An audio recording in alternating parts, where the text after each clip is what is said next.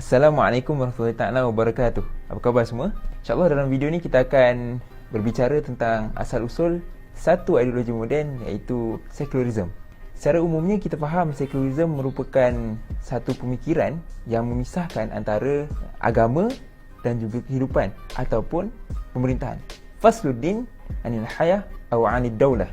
Jadi kita tahu sekularisme ni merupakan satu pemikiran yang datang daripada barat. Tapi adakah kita tahu bagaimana ideologi ini mula berpetik dalam masyarakat barat? Jadi untuk menjawab soalan ini, Syekh Abdul Rahman Hassan Habanakah Al-Maidani telah menyatakan 4 titik tolak untuk menjawab kepada persoalan ini. Yang pertama, hasil daripada penyelewengan terhadap ajaran Nabi Isa AS. Sebagai permulaan, kita perlu lihat daripada kurun yang ketiga. Yang ketika itu Barat ataupun Eropah diperintah oleh kerajaan Rom, yang mana kerajaan Rom asasnya adalah Kristian Katolik, yang merupakan satu ajaran hasil daripada penyelewengan terhadap ajaran Nabi Isa AS, yang menjadi agama rasmi mereka ketika itu.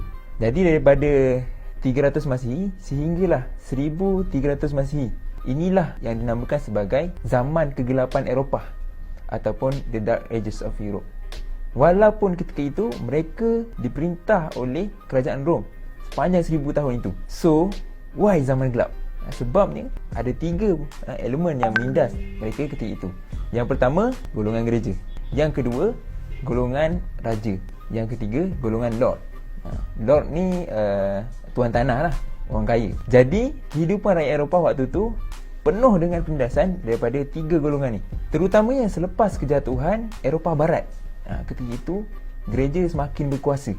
Eropah ni terbagi berdua, ada timur, ada barat. Eropah barat ni macam Itali, France, Jerman. Eropah timur pula macam Konstantinopel, Czechoslovakia dan lain-lain. Ala kulihan, institusi gereja menjadi elemen yang paling menindas masyarakat Eropah ketika itu. Titik tolak yang kedua, pengaruh dunia Islam. Apabila Islam masuk ke Eropah pada abad yang ke-8, Islam telah menjadi satu tamadun yang sangat besar di Eropah ketika itu, terutamanya di Cordoba, menyebabkan berlakunya proses interaksi peradaban di antara umat Islam dan masyarakat Eropah Barat ketika itu, yang dalam masa yang sama mereka telah dikongkong oleh sistem yang menindas. Waktu itu barulah mereka faham bahawa agama ni sebenarnya bukanlah suatu alat untuk menindas, kerana Islam datang dengan satu model atau bentuk yang lain. Bahkan Syekh Abdul Hasan An-Nadawi menyebutkan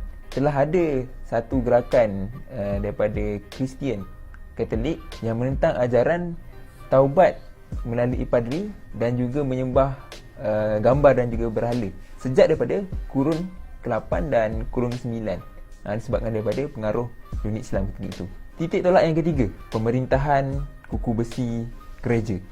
Antara bentuk-bentuk penindasan yang disebutkan oleh Dr. Khalid Ali Al-Awaji dan juga Dr. Ali Jadi Shah, iaitu ulama daripada Universiti Madinah. Yang pertama, mereka menyusun sistem urusan rakyat secara paksa, termasuklah urusan dunia dan juga urusan akhirat. Yang kedua, wajib taat kepada agamawan gereja yang merupakan wakil Tuhan tanpa sebarang pertikaian. Siapa pertikai agamawan gereja, dia pertikai Tuhan. Yang ketiga, mereka tak boleh tafsir Bible, walaupun mereka ni cerdik ataupun pandai lah. Bahkan nak baca Bible pun tak boleh. Yang keempat, konsep pengampunan mereka ialah dengan mengaku kesalahan-kesalahan di depan agamawan gereja mereka. Dan satu lagi konsep pengampunan ialah dengan pembelian indulgence, yang sebenarnya indulgence ni adalah elah untuk mengayakan gereja. Yang kelima, mewajibkan setiap daripada rakyat ni 1 hari dalam seminggu perlu bekerja di tanah-tanah milik gereja.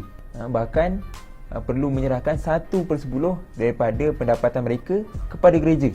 Walaupun waktu itu rakyat dah cukup tertindas dengan golongan lord dan juga raja-raja disebabkan oleh sistem feudalism waktu itu. Yang keenam, mereka menyelarai hitamkan golongan-golongan yang menentang gereja dengan satu term yang disebutkan sebagai heresy. Apa-apa usaha untuk kritik, hina, lawan akan dihukum dan disiksa dengan siksaan yang sangat zalim. Titik tolak yang keempat, gerakan reformasi Eropah dan Barat.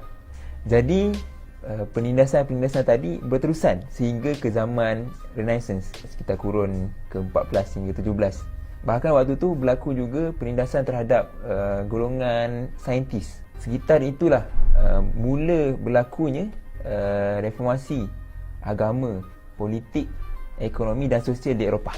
Idea-idea yang mereka bawa semuanya bertemakan individualism dan juga humanism yang menjadikan material dan rasional akal sebagai mereka punya panduan.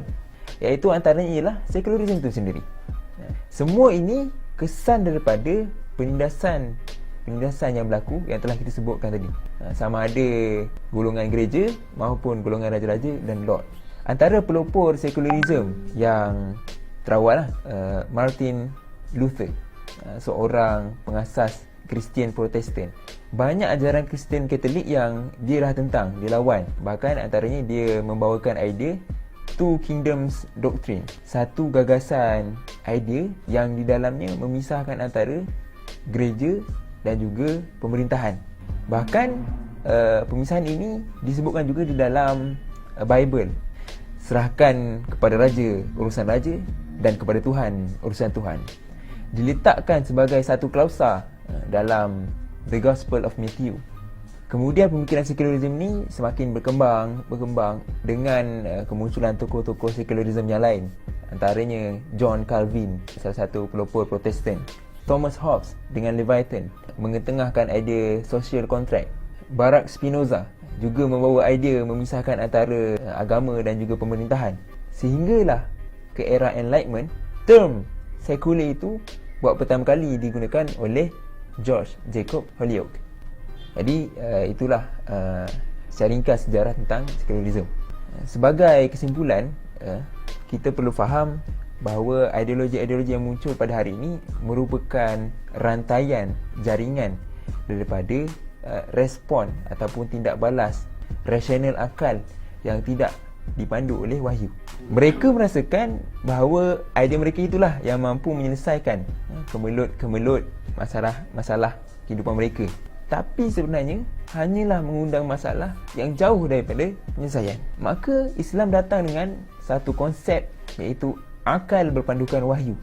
Kerana ajaran Islam, Al-Quran dan As-Sunnah sentiasa kena dengan akal dan fitrah manusia, bahkan memberikan kesejahteraan kepada makhluk